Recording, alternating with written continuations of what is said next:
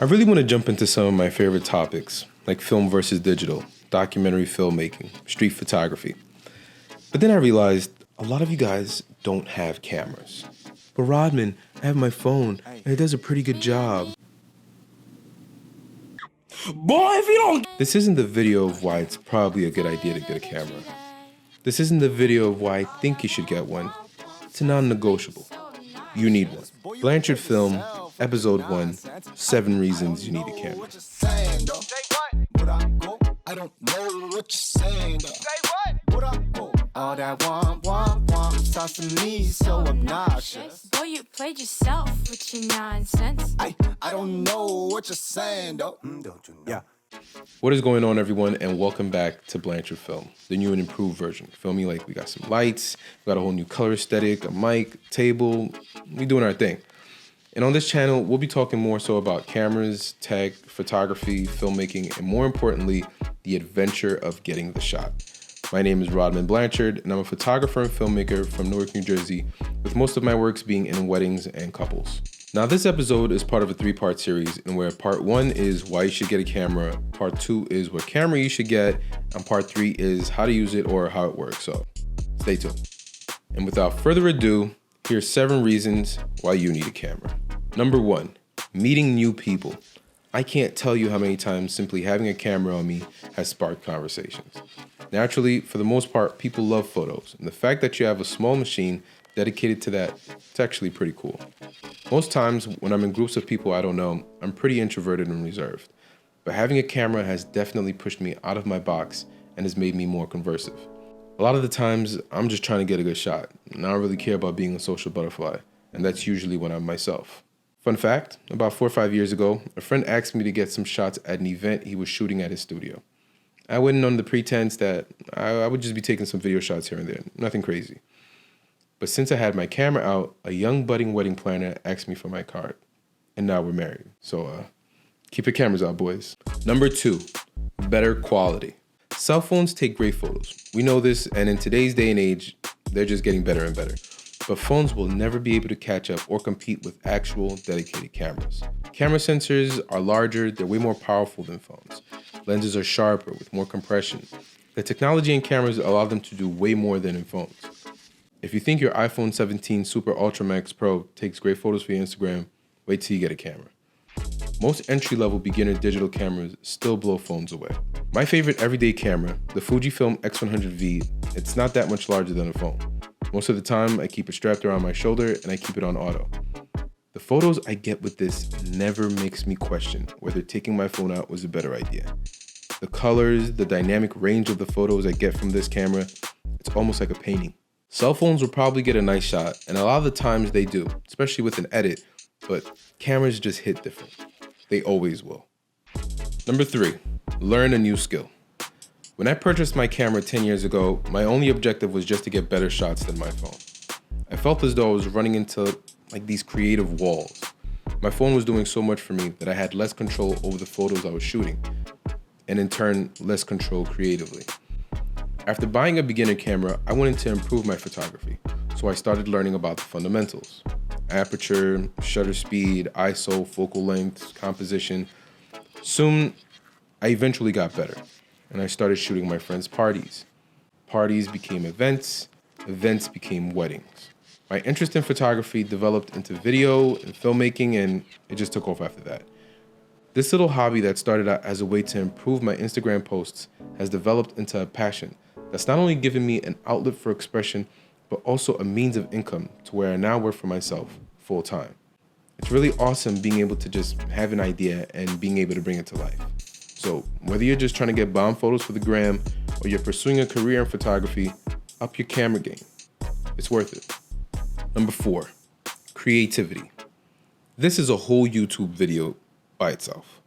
There are thousands upon thousands of cameras with thousands upon thousands of lenses that all do different things. Underwater cameras, action cameras, cinema cameras, vintage cameras. With the newer cameras that are coming out almost every other month, the list is practically endless. When starting out in photography, it's kind of hard to find your voice because you're still learning the ropes. But the more you shoot, the more you'll start gravitating towards a style that speaks to you. Soon, you'll find it easier to explore your creativity. Maybe you like fashion and editorials. Maybe it's candid street photography. Maybe it's portraits. Whatever it is, there's a camera out there with your name on it. When I started out, I was shooting everything and everyone. At the end of like 4 months, I saw that most of my photos centered around people and portraits and events. I delved deeper into that and it continued evolving into wedding photography. Number 6, film.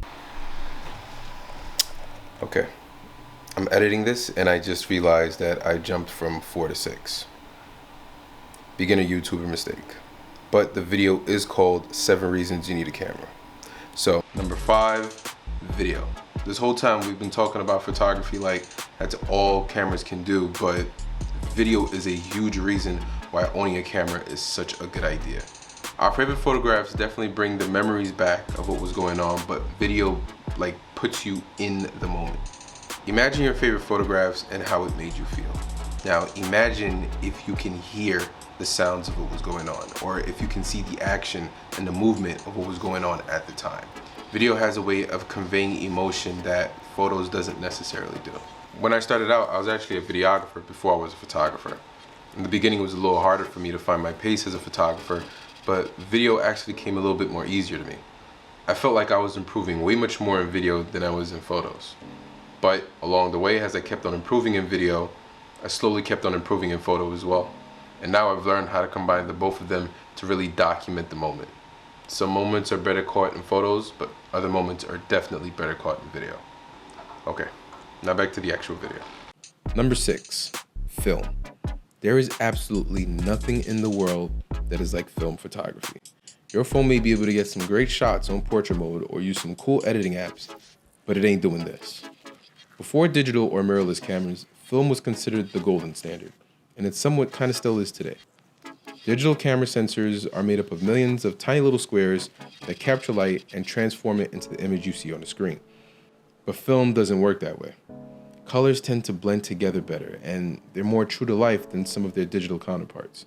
The grain in film gives it a nostalgic feeling, and more than often, it actually looks better than digital. There's also a variety of different film stocks with different characteristics, so your photography can have a different look every time. But unlike digital, with film, you usually have a set number of photos you can take before your film runs out. This is actually a positive. It forces you to slow down and be a bit more intentional with your shots. Having a limited amount of shots forces you to make the most of every single shot. The learning curve with film is a lot steeper, but you end up learning the fundamentals way faster. And now for my favorite reason for owning a camera. Number 7, creating heirlooms. My favorite part, my absolute favorite part about having a camera is the fact that I'm not able just to capture my own memories, but that of my friends and family. I've seen my friends fall in love, get engaged, get married, and have kids. And the best part of it all is being there to capture all of these memories. When I was a child, my grandmother was the photographer of the family, and she was always taking photos of my mother and my siblings back in Haiti. Back then, when she was taking the photo, it probably didn't mean as much.